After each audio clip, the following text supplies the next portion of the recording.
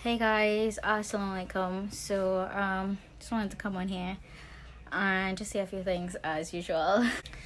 Right, so this one is really for my fellow Muslims out there, my fellow hijabis out there.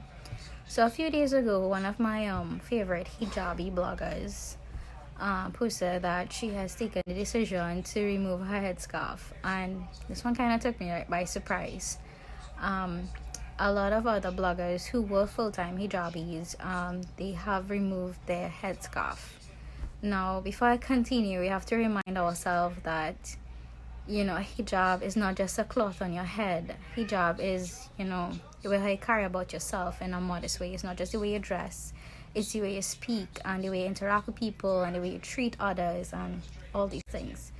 So yeah, a lot of bloggers have, taken the decision to remove their headscarf for whatever reason.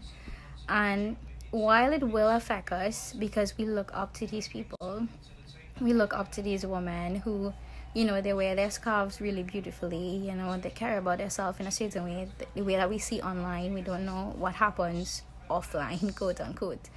But one thing we need to remind ourselves of is that, firstly, we can't judge anybody.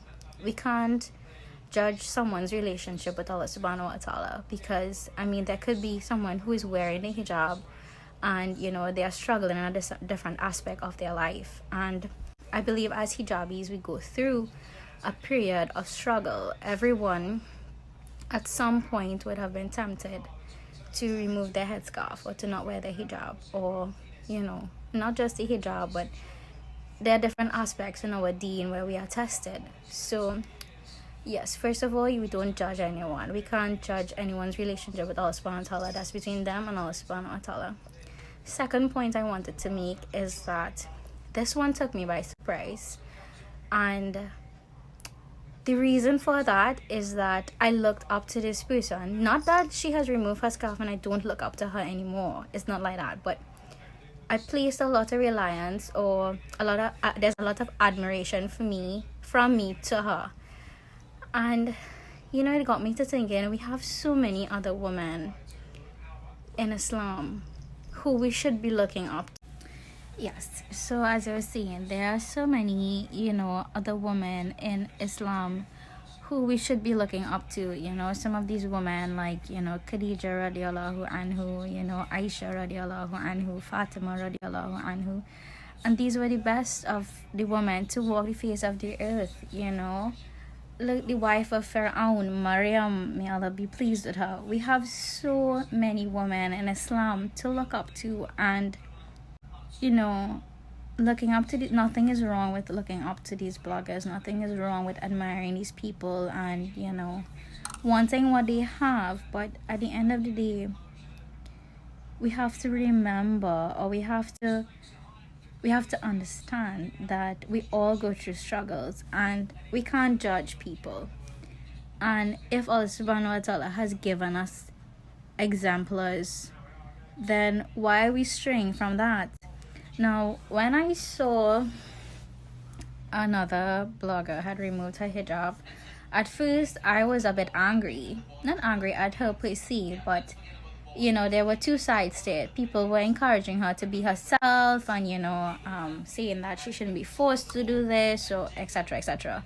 And then on the other side, people were saying that you have this platform, you build this platform as a hijabi, and now you have this platform with other hijabis, other Muslim women struggling, who follows you, and they could be influenced by you, which is, I guess, what they are. They are influencers, right?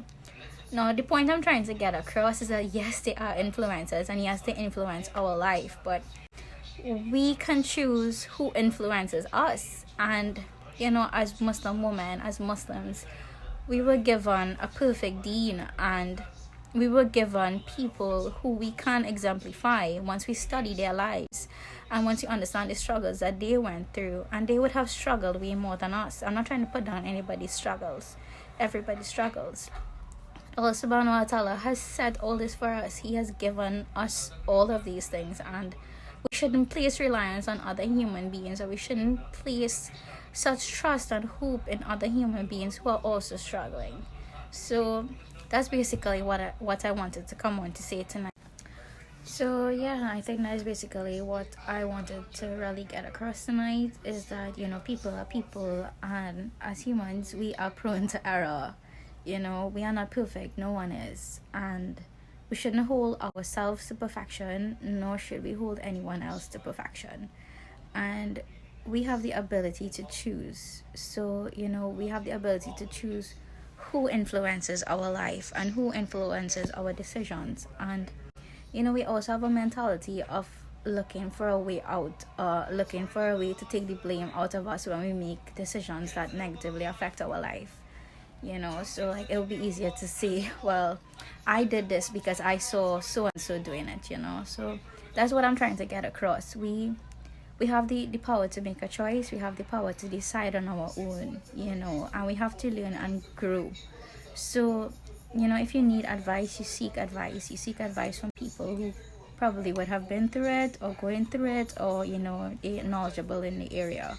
So yeah, that I think that's basically what I wanted to come on here to say tonight. I hope this does not come across as judgmental. I am in no position to judge anyone.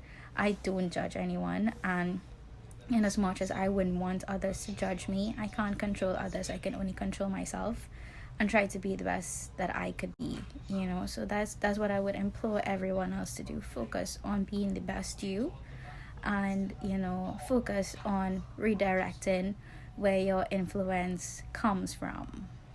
Yeah, so that's about it, guys.